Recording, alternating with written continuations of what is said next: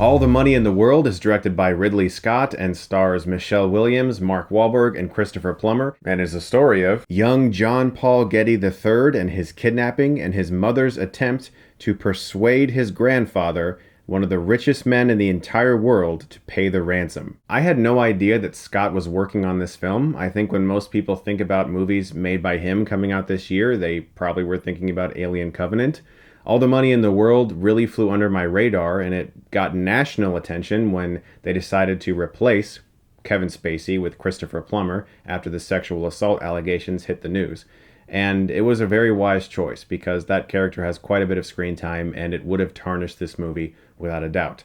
And I'm glad they did, not only because this is one of Christopher Plummer's best performances I've ever seen, which is kind of nuts because it was done in 2 weeks. The man is a legend for a reason, guys. But also because this is one of Ridley Scott's best films in years. I was riveted from start to finish. This is a really taut thriller, one that kept my attention, one that kept me on the edge throughout the entire runtime, and that has a lot to do with the incredible dialogue. This is a really well-written script. It is very dialogue-heavy, and this will probably test the patience of some viewers. This is not an action thriller. There are sequences that are very intense and very violent, but this is a really smart and clever thriller filled with fantastic performances. Christopher Plummer will get a lot of attention because of all the headlines that came with the unorthodox way of shooting this movie.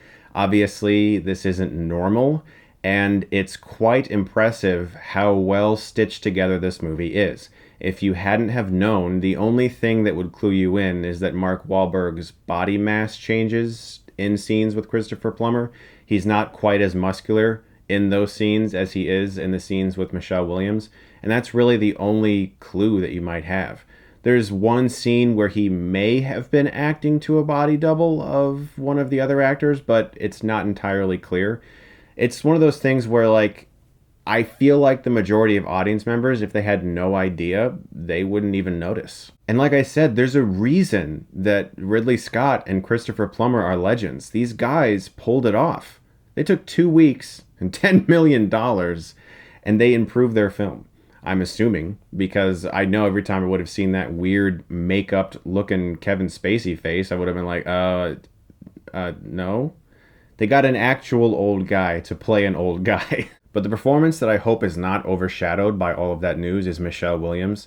She is so good in this film, so real, and as usual, she's just brilliant. She's such a great actress. She has to remain in a constant state of distress throughout the majority of the film because her son has been kidnapped, and she's constantly trying to convince this guy to please give them this ransom money. It has to happen, otherwise her son could die. And she goes through all these ups and downs, and Mark Wahlberg's character is sort of like this fixer, deal maker who helps people get things they need and sometimes sells things they need or buys things people, he's like that guy that you go to when you need help with something that you don't want to go to the authorities about. And he sometimes has to deliver some rather horrible information to Michelle Williams' character, and the back and forth between the two was extremely exciting. I would say my only issue with the film, beyond the fact that it is a little long and sometimes you do feel that runtime, is that they didn't really give us too many concrete reasons to care about the boy who's kidnapped. He's just kind of kidnapped, and you have to be like, okay, I feel empathy because this is a true story and I wouldn't want this to happen to anybody, and so you naturally feel empathetic for the characters. But I don't know, I think it could have just used a little more emotion in that area. But beyond that, this is a riveting dialogue-heavy thriller that I found intense and thrilling and extremely enjoyable, and it's a great feel-bad time at the movies for this Christmas.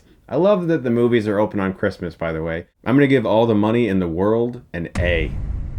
For what they went through in filming this movie and the last-minute changes, this film holds up incredibly well, and I think it's one of Scott's best in years. It's filled with Oscar-worthy performances. I hope you guys do check it out.